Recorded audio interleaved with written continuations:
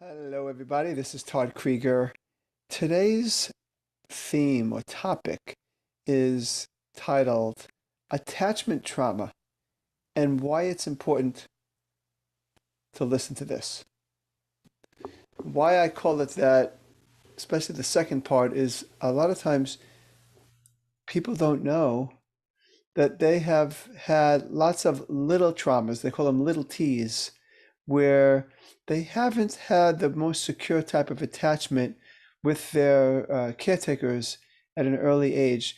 And that tends to affect us for the rest of our lives. And it's really, really helpful to be able to assess ourselves so that we can make new choices in our lives and literally change our brain and change our relationships.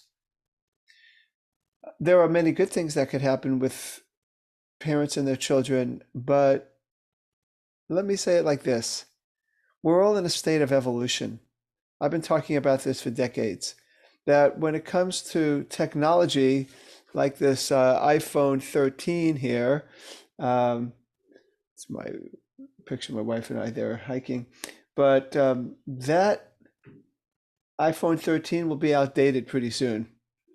Um, my last phone got outdated probably within a few years.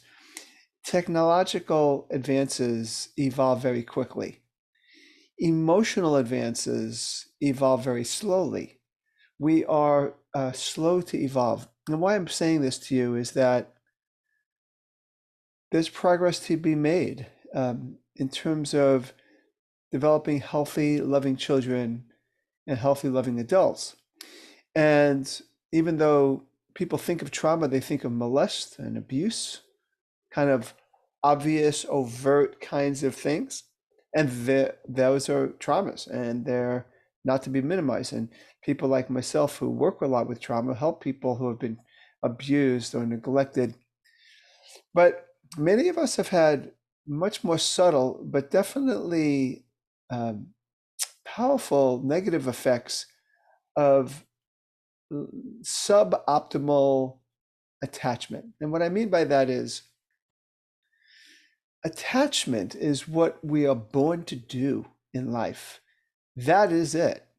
It is the most important drive we have is to attach.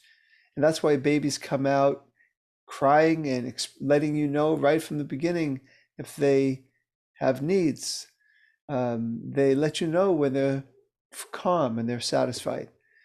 As they learn how to smile, they let you know when they're happy or stimulated. They, by their facial expressions, can let you know when they need stimulation.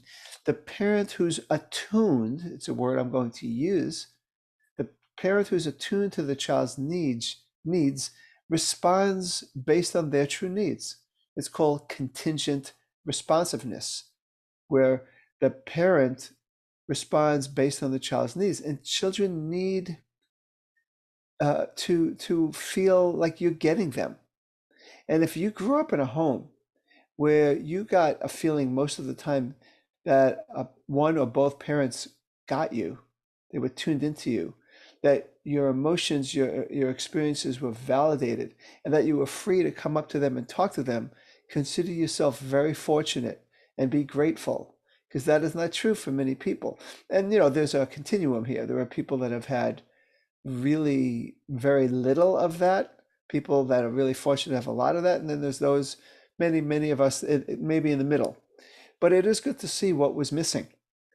So for some, for example, the parent wasn't able to, I'll say it like this, to the degree that a parent is self-reliant and self-sufficient and can regulate their emotions pretty well, they're probably going to be able to regulate you. In other words, contingently respond to you and tune into you. That you'll get that sense that you get me. But if you have a parent or parents that had a hard time regulating themselves, maybe there was a lot of stress, they were overwhelmed, maybe they drank, maybe there were so many kids, maybe there was difficult financial challenges, health issues, for whatever the reason, that they couldn't regulate themselves well enough to be present for you and tune into you,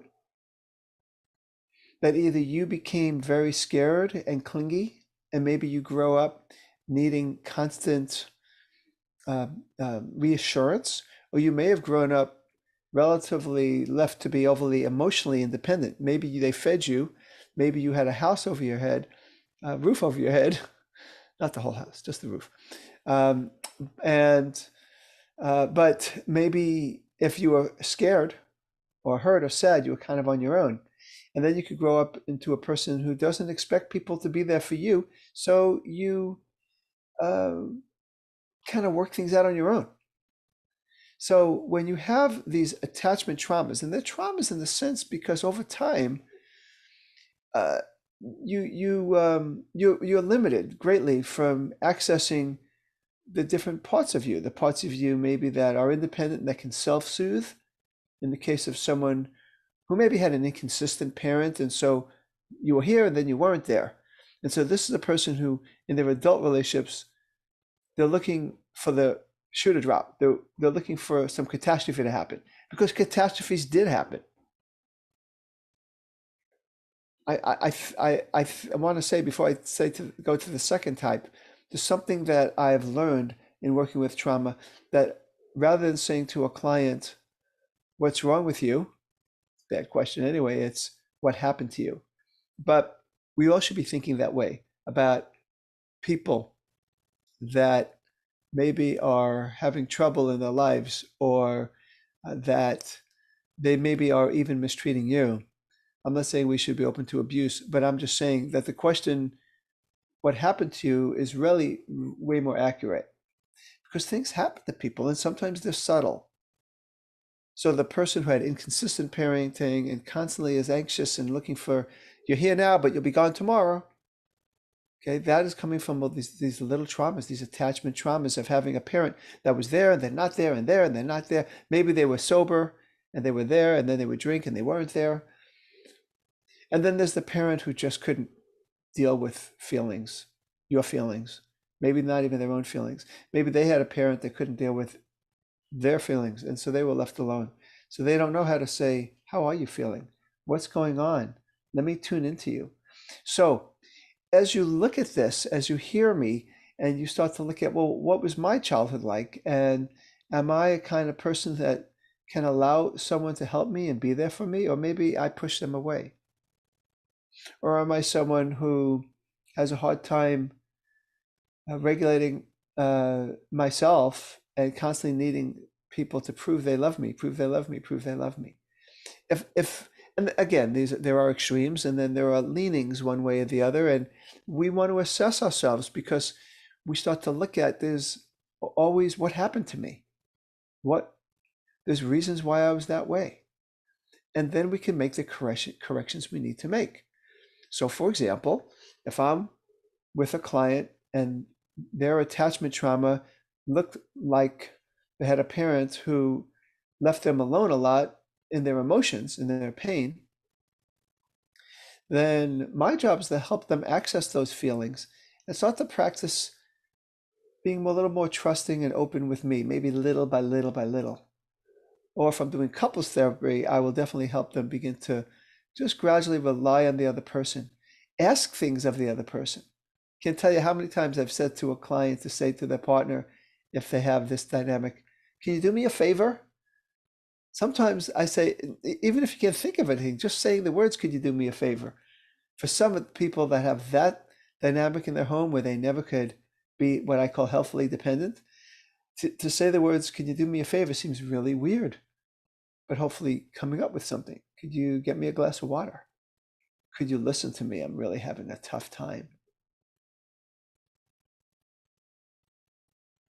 Or can I have a hug? I could really use a hug.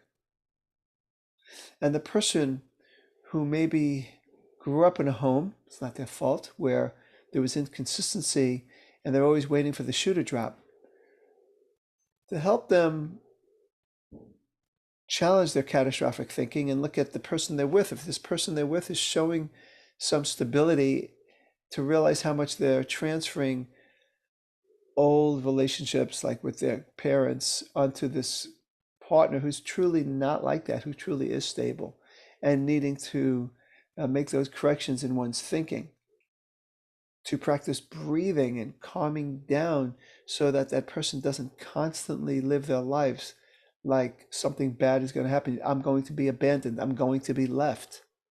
But again, if you have that dynamic, there's nothing wrong with you. It's something happened to you.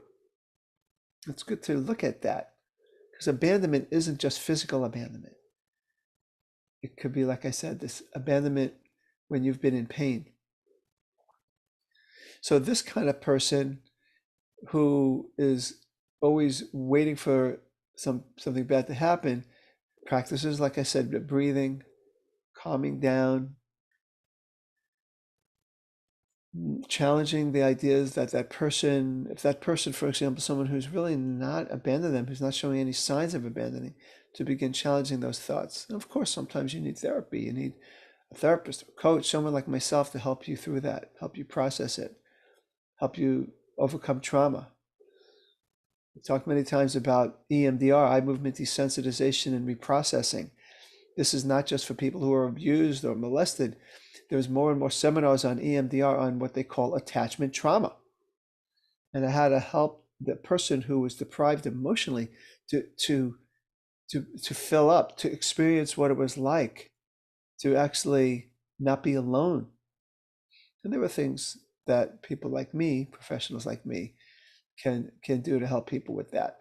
But there's also things that you could do to begin practicing changing those patterns. Of course, awareness. I want you to look at that, look at yourself, maybe journal about it. Like, think about, like, what happened to me? What might have made me a person who never lets anyone soothe me? Or maybe the other side of the coin, I'm not able to soothe myself very well, always needing to control everybody else so that I could feel safe. The truth of the matter is, as you develop a secure relationship with yourself and others, you find that if there's a person that isn't safe, then they either got to change or you move on, but that you're not walking on eggshells anymore. All right, so I just wanted to tell you this information on attachment trauma. I think it is important. See how it relates to you or people you know. And I wish you the best. This is Todd Creager, making the world safe for love.